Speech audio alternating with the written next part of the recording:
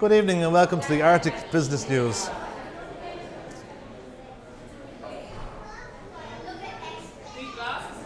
No, so I pressed the button but it didn't change.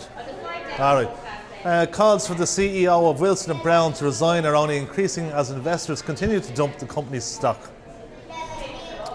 The value of the Arctic's third largest oil and gas insurer has dropped significantly, sparking calls for a vote of no confidence by the board.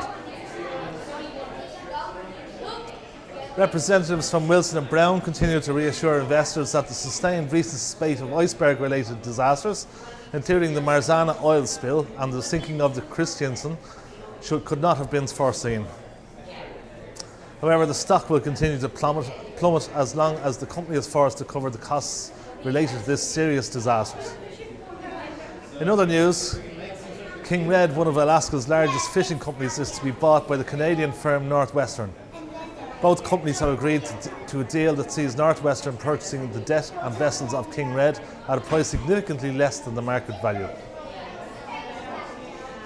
King Red was badly hit by the so-called crab conflict that affected the industry last year. Confrontations between American and Canadian fishing fleets in the Beaufort Sea caused the price of king crab to drop by 65% as consumers sought to voice their displeasure with military involvement in the disputes. It is hoped that the merger of King Red and Northwestern will go some way towards rebuilding the damaged relationship between the fishing industries of these two Arctic bordering nations. And finally, ARC Mining, the second largest mining research contractor in Norway, has continued its growth for the second month running. This sustained rise in the company's value is largely due to continued excitement over Svalbard's mineral potential. Results of an independent toxicology report on the 24 beluga whales that were found dead on the southwest of Svalbard last month will be released in the coming days. If the tests show that the beluga deaths were due to lithium toxicity, it would seem to confirm the presence of vast deposits of lithium off the Svalbard coast.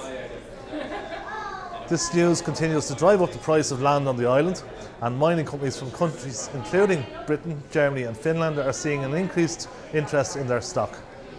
From all of us here at Arctic Business News, good evening.